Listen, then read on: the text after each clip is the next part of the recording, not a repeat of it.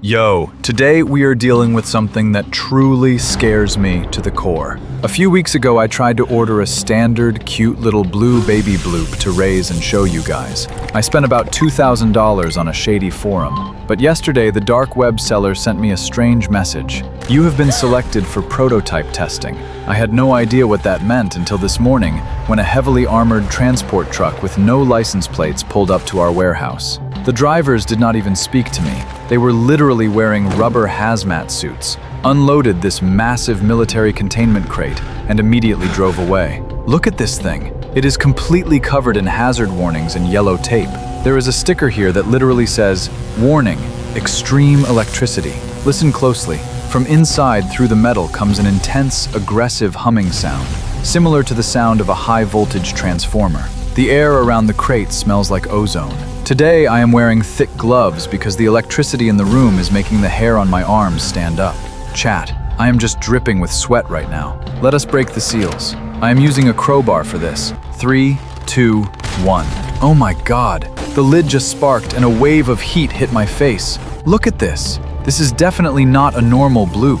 This is a dark bloop. Its thick scales are a deep, toxic purple, almost black color, and real red lightning is violently jumping across its body.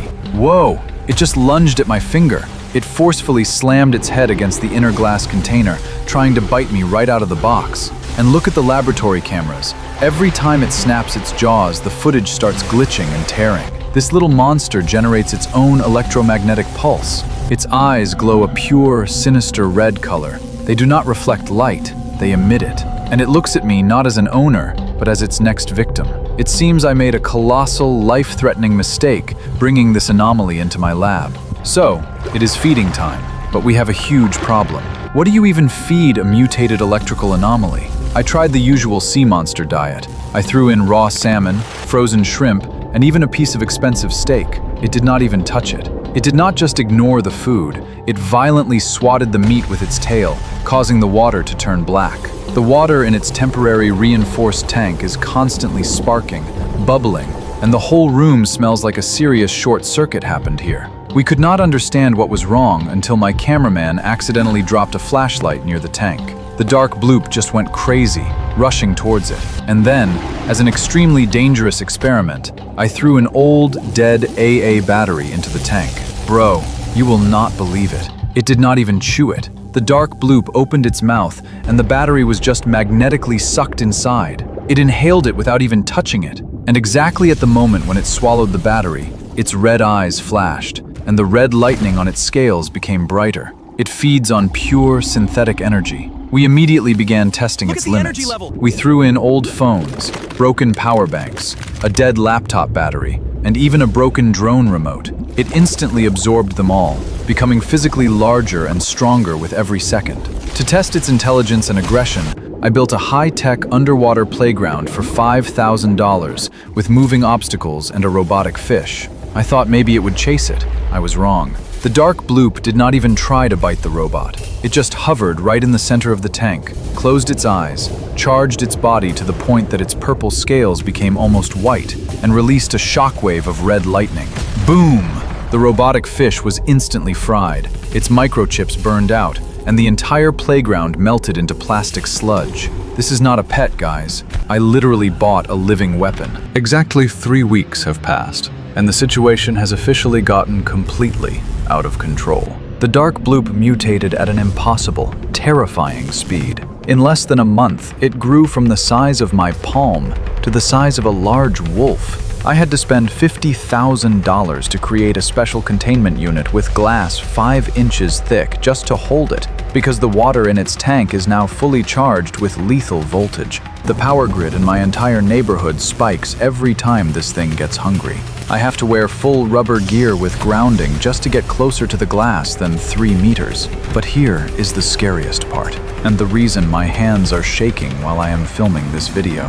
Look closely at its mouth when it swims by.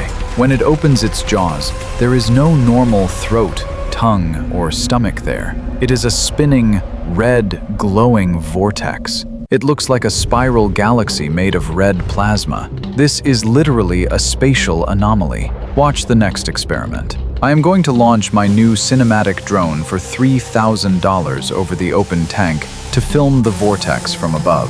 I am keeping it at a safe height of 20 feet. At least, that is what I thought. Oh my god. The dark bloop just sensed the drone battery. It is swimming to the surface and opening its jaws. The red funnel begins to spin rapidly. Do you hear this sound? It sounds like a jet engine.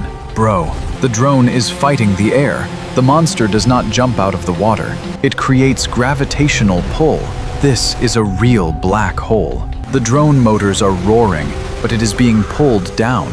I am looking at the live feed from the drone camera, and inside the bloop mouth, I just see endless red space. The drone disappeared. The signal is dead. It did not crush the drone. The drone simply crossed the event horizon and disappeared completely intact into the dimension that is inside the stomach of this monster. I raised a creature that breaks the laws of physics. The second month has started. The dark bloop is now the size of an SUV. We had to hire a heavy crane at 3 a.m. to secretly transport it to this huge, abandoned, open industrial lagoon because its electromagnetic field literally destroyed the structural integrity of our warehouse. The red lightning it emits is now so powerful that the sky right above the lagoon turns gray with thick storm clouds, and the atmospheric pressure feels unbearably heavy. I thought that maybe, since I fed it industrial car batteries and server power supplies worth thousands of dollars, some kind of mutual bond arose between us. But I made the biggest, most deadly mistake of my life. My team and I went out in a small aluminum motorboat to the center of the lagoon to drop a buoy and get some cinematic shots of it swimming. The water below us is hot and bubbling. There is a strong taste of metal in the air. Suddenly, the boat dashboard begins flashing red error codes. All screens go blank. The electromagnetic field just completely burned out our outboard motor. We are dead in the water, stuck in the middle of the lagoon. Look overboard. The dark bloop slowly surfaces right in front of the boat. Its eyes are blindingly red like spotlights. It opens its mouth wider than its own body. The red vortex activates, spinning faster and faster.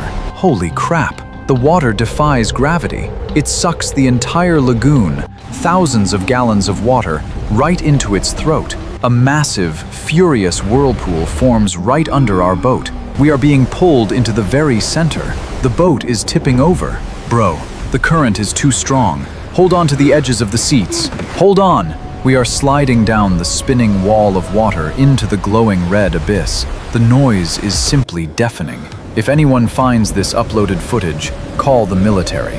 If you want to see part 2 and find out if we somehow miraculously survived in the dark bloop black hole, hit like and subscribe right now. We are going to the bottom.